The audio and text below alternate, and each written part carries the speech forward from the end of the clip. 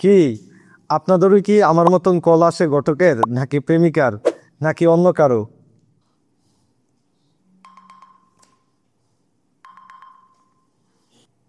ঘটক uncle, বিয়ে সংক্রান্ত কোনো বিষয় থাকলে আব্বু আম্মুর সাথে আপনি কথা বলতে পারেন। ঠিক আছে, ভালো থাকবেন।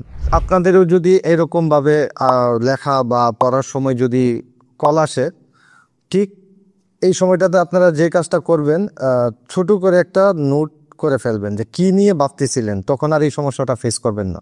আমাদের ফোকাস নষ্ট হওয়ার প্রথম ধাপ হচ্ছে কল এবং নোটিফিকেশন।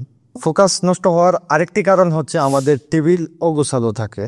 যেমন আমি এখানে লিখতে বসছি, আমি শুধু লেখার জন্যই বসছি। অনেকে দেখা গেছে যে এখানে ল্যাপটপ, ফোন, অনেক কিছু অগোছালো করে রাখে। এটাও একটা বড় রিজন ফোকাস নষ্ট হওয়া। আপনি ফোকাস ধরে রাখতে চাইলে আরেকটি জিনিস ফলো করতে পারেন, সেটা হচ্ছে 20-90 রুল। 20-90 রুল হচ্ছে, যেমন আমি যখন পড়াশোনা বা কাজ করি তখন 90 মিনিট আমি পড়াশোনা করি বা কাজ করি, দেন আমি 20 মিনিট ব্রেক নেই। যেমন এখানে এক্সাম্পল হিসেবে আমি ব্যবহার করতে পারি, যেমন ক্রিকেটাররা ফার্স্ট ইনিংস শেষ হওয়ার পর প্রায় 45 মিনিট ব্রেক নেই। সেম ফুটবলের ক্ষেত্রেও এখানে 15 মিনিট বিরতি নেই। তো আপনারাও আপনাদের কাজের ক্ষেত্রে বিরতি নিতে পারেন। আরেকটা জিনিস করতে পারেন, সিমিলার টাস্ক। আমরা অনেক সময় দেখা গেছে যে ইমেল, কল, মিটিং এগুলো আমরা আলাদা আলাদা টাইমে করতে যাই, যার জন্য দেখা গেছে আমাদের ফোকাস নষ্ট হয়ে যায়।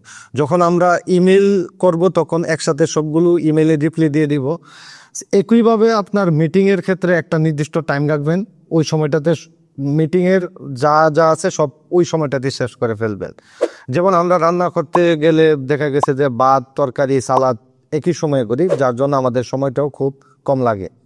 তাই আমি আপনাদেরকে বলবো, ফোকাস কোনো জন্মগত ব্যাপার না, এটা আসলে একটা স্কিল। আপনিও চাইলে এটা অর্জন করতে পারবেন।